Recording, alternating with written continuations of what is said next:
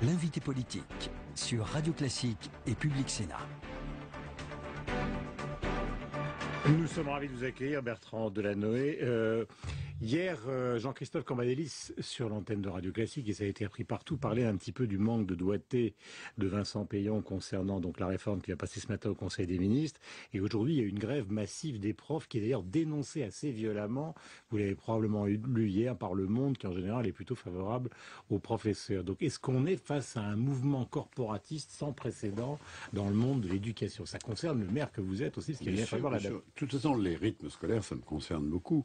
Écoutez, c'est toujours très difficile de réformer l'éducation nationale.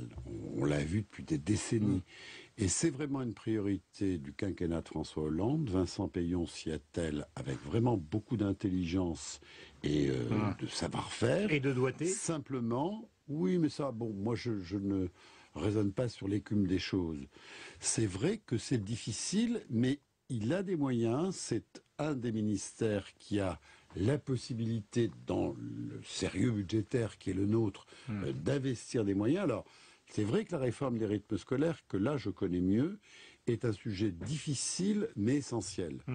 Tous les chronobiologistes, tous les éducateurs savent que la journée scolaire des enfants est beaucoup trop lourde. Et il faut qu'on sorte par le haut de cette question difficile. Et moi, en tout cas, je pratiquerai toutes les concertations nécessaires avec les parents, avec les personnels de la ville de Paris, avec les syndicats d'enseignants, car on peut réussir cette réforme. Non, non, elle a eu lieu. Ça fait des années que ce sujet est sur la table. Je la continue parce que la mise en œuvre est difficile. Je vous explique.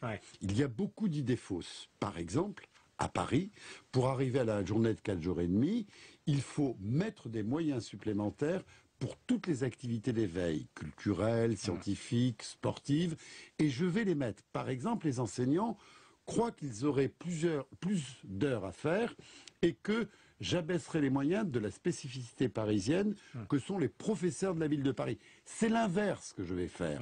Donc moi je veux aller à fond. J'ai lu Le Monde, le papier était très intéressant. Il est traite de corporatistes, non, et que leur arrière-pensée c'est simplement d'avoir des augmentations. C'est vrai qu'ils sont mal payés. Monsieur Durand, c'est difficile de changer, toujours.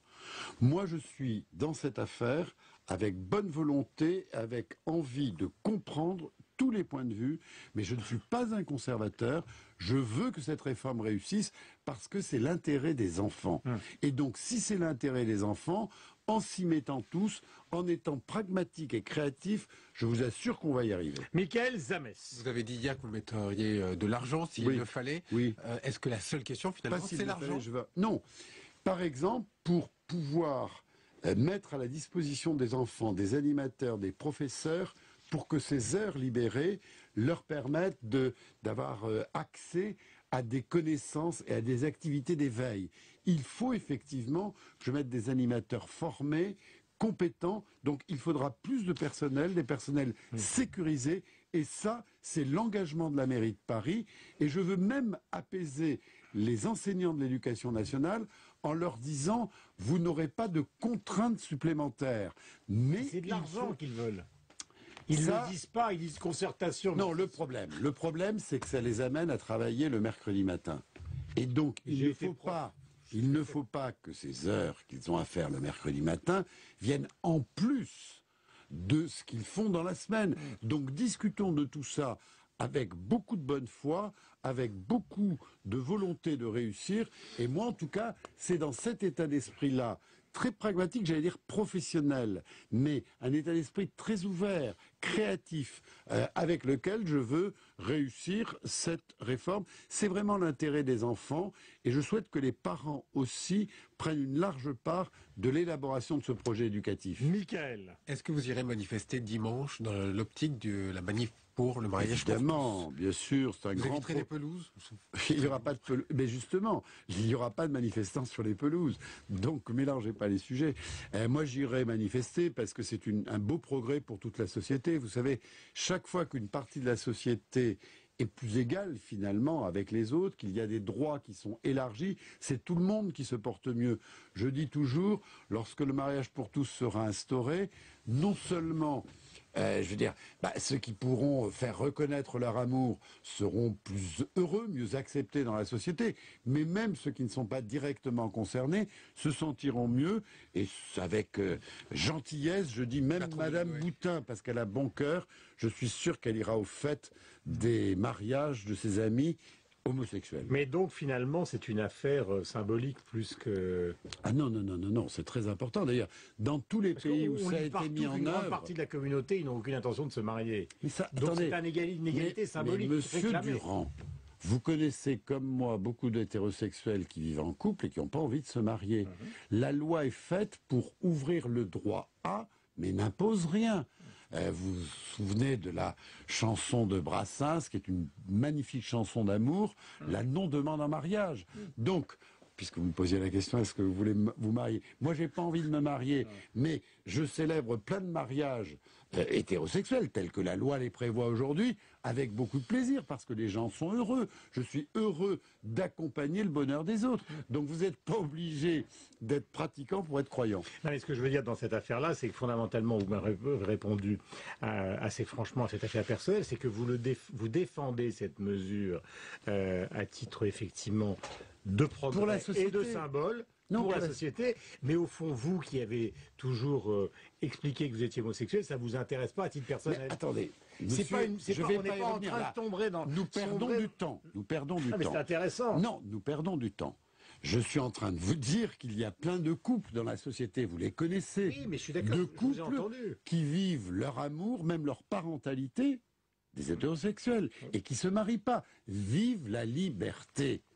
Nous sommes une société qui doit être intelligente, tolérante, rassembleuse. Je pense que c'est une loi de rassemblement, d'unité de la société. La PMA, il ne la votera pas. Ah, ça, c'est pas la même chose. Et vous? Moi, je suis pour que dans cette loi, il y ait la première. Il y ait le mariage et l'adoption. Parce que n'oubliez pas qu'il y a aujourd'hui des enfants d'homosexuels et que les enfants adoptables, ce sont des enfants abandonnés. Donc moi, je préfère qu'ils soient dans une famille où on les aime, on est responsable, on a cette part de générosité pour donner à l'éducation des enfants.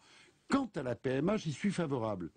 La procréation médicale assistée, Mais dans une loi bioéthique. c'est-à-dire dans une loi sur la famille, qui va être arrivée, je pense, dans le premier semestre au Parlement, et je suis contre, en revanche, la gestation pour autrui, parce que là, il y a un risque de commercialisation des corps, et donc je suis pour l'égalité, en fait, de tous les droits.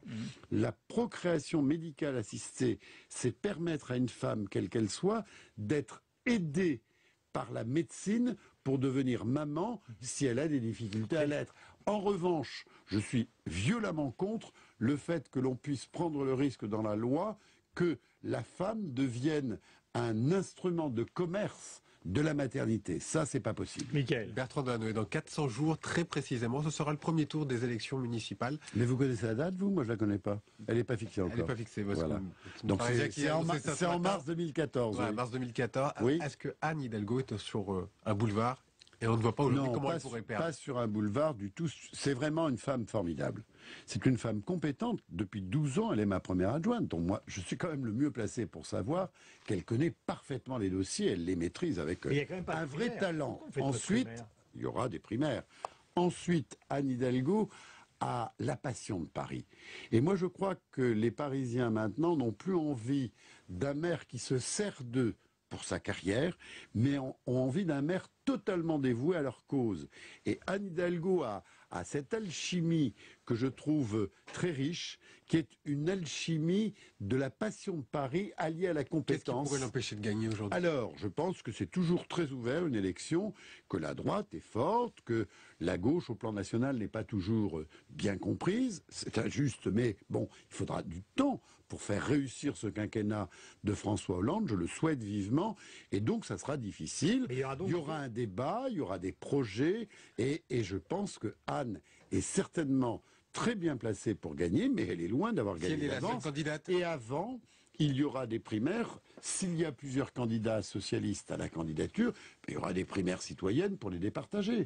Ce matin, j'ai pris un chauffeur de taxi qui était vent debout, qui adorait Radio Classique, mais qui Ça, était c'est vent... une bonne chose. Voilà, c'est une très bonne chose, mais qui était vent debout contre la fermeture des quais lundi prochain. Comment vous savez, pourriez lui Depuis expliquer 12 ans, Depuis 12 ans, j'ai beaucoup Que ça ne fait va pas mettre évoluer un Paris. énorme désordre dans Paris. J'ai fait beaucoup évoluer Paris. Il y a 25% de voitures en moins, mais il y a aussi beaucoup de pollution en moins, mais il en reste encore. Et il y a à la fois un enjeu de lutte contre la pollution, qui est un problème de santé publique, et en même temps un enjeu de vie en ville. Et effectivement, qu'un des endroits les plus beaux du monde, les quais de Seine, entre le musée d'Orsay et le pont de l'Alma, soit une autoroute urbaine, c'est une aberration. C'est une aberration de l'urbanisation des années 70. Donc, nous allons restituer cette partie des bords de Seine aux Parisiens, aux amoureux de Paris, et il faut qu'on réorganise la circulation. Donc dès lundi prochain, c'est vrai, en raison des travaux, nous allons supprimer la circulation sur les quais bas sur 2,5 km, mais nous créons une voie supplémentaire sur les quais hauts. Il y aura quelques semaines, voire quelques mois d'adaptation, comme pour tous les changements que j'ai faits depuis 2001. Je vais vous donner un exemple. Lorsqu'on a fait les travaux sur les boulevards des Maréchaux pour le tramway, beaucoup de gens ont hurlé. Ils sont venus me voir après en me disant « Monsieur le maire, vous avez vraiment raison, parce que c'est beaucoup mieux maintenant. » Mais c'est vrai que le changement, c'est difficile. Mickaël a une dernière question sur François Hollande en Afrique. Oui, notamment, est-ce que vous admettez, est-ce que vous comprenez par exemple les réticences, les doutes de Laurent Wauquiez, Valérie Pécresse qui disent qu'il n'y a pas de cap? Non, vraiment, je trouve ça choquant et je préfère de très loin l'état d'esprit très responsable d'un ancien Premier ministre UMP comme Jean-Pierre Raffarin, qui s'est exprimé avec beaucoup de sens des responsabilités. Cette initiative du président de la République a été particulièrement pertinente et courageuse. François Hollande a démontré qu'il était capable, avec un esprit de préparation, de décider vite pour empêcher que la population de Bamako et du Mali tombe sous le joug des barbares. C'était une demande faite par les autorités maliennes dans le cadre de la légalité internationale.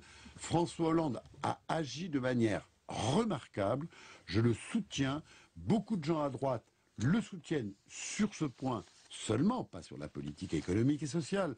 Et je vous dis, je préfère de loin les hommes d'État de droite et de gauche qui savent faire passer l'intérêt de la France avant les intérêts partisans. Merci Bertrand Delanoë d'être venu ce matin sur l'antenne de Radio Classique. Merci à vous. Et bonne journée à vous.